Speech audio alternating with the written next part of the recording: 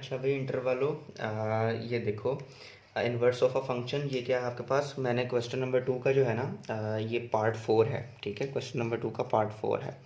मैंने इसको कैसे सॉल्व तो कर लिया। क्यों? क्योंकि मैंने इसे DH0054 वाली वीडियो में ना, ये 0055 वाली है, मैंने 004454 में ना मैंने इसको खुद किया है, क्योंकि ये ओ लेवल्स में भी आता है। ठीक है, तो मैंने इस कंसेप्ट को एक्सप्लेन किया सारा।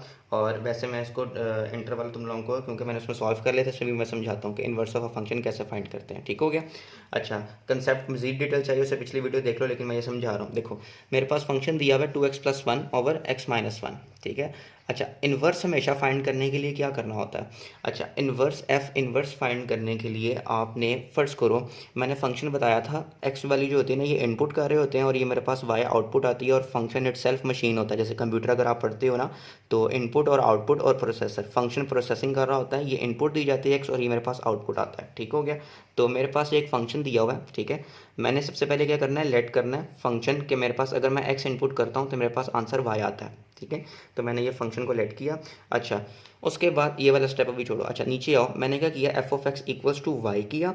अब मैंने इस एफ ऑफ एक्स की जगह मैंने वाई रहा, इसी इक्वेशन में एफ ऑफ एक्स की जगह मैंने लिख दिया वाई।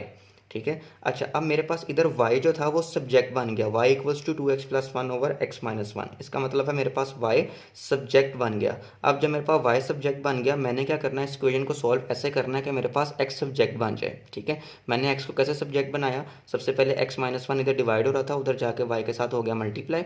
ठीक है, अब मैंने क्या किया, ये इक्वेशन ऐसे ही लिखी 2x+1 और xy और ये -1 2x+1। अब मैंने क्या करना है, x, क्योंकि मुझे x सब्जेक्ट चाहिए तो मैं x वालों को इकट्ठा करूँगा एक तरफ इक्वेशन के। ठीक हो गया। अब जब मैंने x वालों को इकट्ठा कर लिया तो मैंने इधर से x को कॉमन ले लिया। उसके बाद मेरे पास ये इधर मल्टीप्लाई हो रहे थे x और ये y-2, तो मैंने y-2 को इधर आके नीचे डिवाइड कर दिया। अच्छा, अब इधर आओ मेरे पास। अच्छा, मैंने बताया इन्वर्स क्या होता है। इन्वर्स में ना जो इनपुट होता है वो आउटपुट बन जाता है, और जो आउटपुट होता है हमारे पास वो इनपुट बन जाता है। फंक्शन उल्टा बिहेव करना शुरू कर देता है। ठीक हो गया। तो जब मेरा इनपुट एक्स कर रहा था मेरे पास वाई आउटपुट आ रहा था। अब मैंने क्या किया, जब मैंने उल्टा कंसेप्ट करना होता ना, तो मैंने इसी फंक्शन को मैंने कहा अब मेरे पास वाई इनपुट बन गया और एक्स मेरे पास आउटपुट हो गया, तो इसलिए मैंने एफ ऑफ इन्वर्स लिखा, क्योंकि मेरे पास फंक्शन अब उल्टा बिहेवियर करने लग गया। तो मेरे पास एफ ऑफ इन्वर्स वाई जो था वो एक्स के इक्वल था। ठीक है, मैंने इस x की जगह एफ ऑफ इन्वर्स y लिख दिया। ठीक है, तो मेरे पास ये था। अब मेरे पास इनपुट y जा रहा था तो y में आंसर आ रहा था, जब मैंने x किया तो मेरे पास x में आंसर आएगा। ठीक हो गया। तो F of inverse x find करने का ये तरीका होता है। ठीक है, उसके बाद सेकंड पार्ट में हमें कहा गया F of inverse 1। F of inverse x जा रहा था, मैंने उसमें -1 पुट कर दिया, सिंपली x की जगह -1 पुट किया तो मेरे पास -2/3 आ गया। ठीक हो गया। अच्छा, उसके बाद जो तीसरा पार्ट दिया हुआ है, आपने क्या करना है, अगर आपने ये पहला, ये मैं बुक देख रहा हूँ, ये देखो, अगर आपने ये वाला पार्ट किया हुआ है ना, तो आपको ये थर्ड भी वेरीफाई ये वाला आराम से करना आ जाएगा। कैसे? आपने एफ ऑफ इन्वर्स एक्स हमने निकाला अभी। ठीक है, और एफ ऑफ एक्स हमें पता है। अगर मैं एफ इन्वर्स एफ को एक्स को एफ के अंदर पुट करता हूँ और इस तरह से उल्टा, मतलब दोनों प्रोसेस करता हूँ, तो मेरे पास आंसर एक्स आना चाहिए। ठीक है, ये थोड़ा लेंथी प्रोसेस है। ठीक है, ये करो, अगर नहीं समझ आएगा तो मुझे लाजमी बताना। हाँ, हालांकि आपने सिंपल ये वाला प्रोसेस को सारा फॉलो करना है। ठीक है, मेरी वीडियो को दोबारा से देखो, मैं दोबारा एक्सप्लेन कर रहा हूँ। ठीक है, एफ ऑफ फंक्शन के अंदर एफ ऑफ इन्वर्स एक्स वाला जैसे हमने पार्ट किया, और फिर जो आपके पास राइट हैंड साइड है, आपने फिर एफ इन्वर्स वाले के अंदर एफ ऑफ एक्स पुट करना है। इन दोनों को जब भी सॉल्व करेंगे हमारे पास आंसर एक्स आएगा। ठीक हो गया।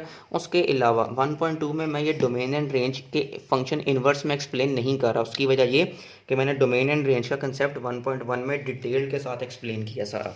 ठीक है, मुझे कहोगे, मुझे मैसेज करो, मैं तुम्हें कोड भी बता दूंगा, नीचे कमेंट भी करो, मैं तुम्हें बता दूंगा कोड क्या डोमेन एंड रेंज का। फंक्शन के जो इन्वर्स की डोमेन एंड रेंज होती है ना, अगर हम आम फंक्शन की डोमेन एंड रेंज कैलकुलेट करें तो फंक्शन के इन्वर्स में क्या होता है, डोमेन जो होती है वो रेंज बन जाती है इन्वर्स में, और रेंज क्या होती है वो डोमेन बन जाती है। तो फंक्शन उल्टा बिहेव होती डोमेन एंड रेंज, इसकी डोमेन एंड रेंज फाइंड करो, डोमेन को रेंज बना दो और रेंज को डोमेन बना दो, तो हमारे पास एफ ऑफ इन्वर्स का जो है वो डोमेन एंड रेंज आ जाएंगी। ठीक हो गया। फिर भी समझ नहीं आई, बेशक मुझे कॉल कर लेना, मैं बता दूंगा। ठीक हो गया।